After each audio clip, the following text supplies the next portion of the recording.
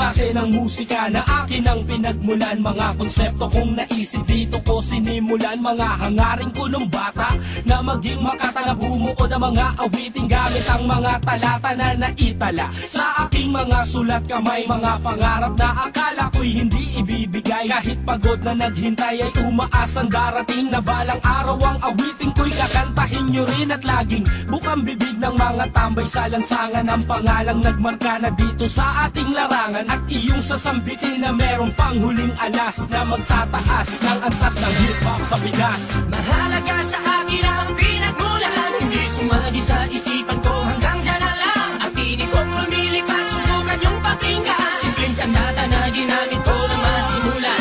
Mahal kong kultura, itataas ko. Ako ang kalasaga at magiging kawal dito sa ating kultura.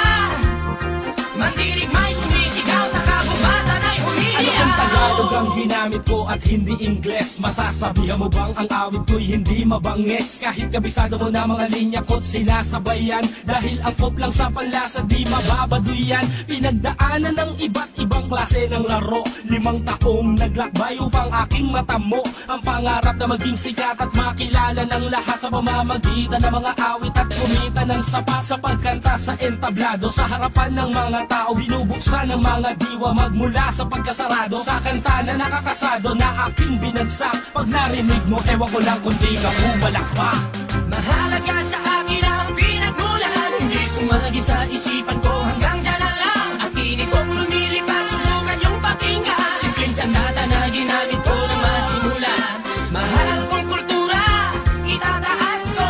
Ako ang kalasaga at magiging kawal dito sa ating kultura. Mandirig may sumisigaw sa kabubatan ay humihiyaw. Mahal kong kultura, oh mahal, oh mahal. Don't open the book of life now.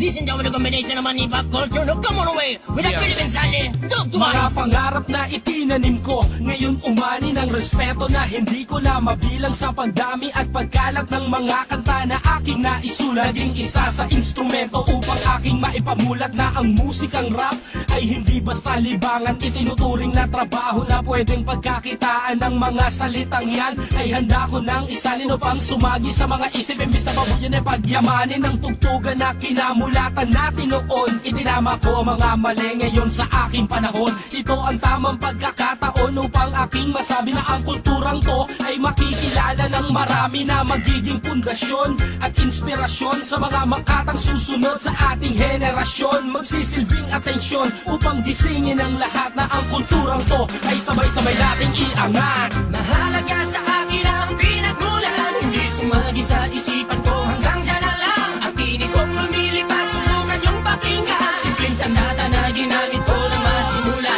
Mahal kong kultura, itataas ko. Ako ang kalasaga at magiging kawal dito sa ating kultura. Mandirig may sumisigaw sa kabubatan ay humihiyaw. Oh yeah, now we gon' tell everybody the essence of our culture. All the hip-hop underground. Now me say thanks to him and the great beat. Peace generation.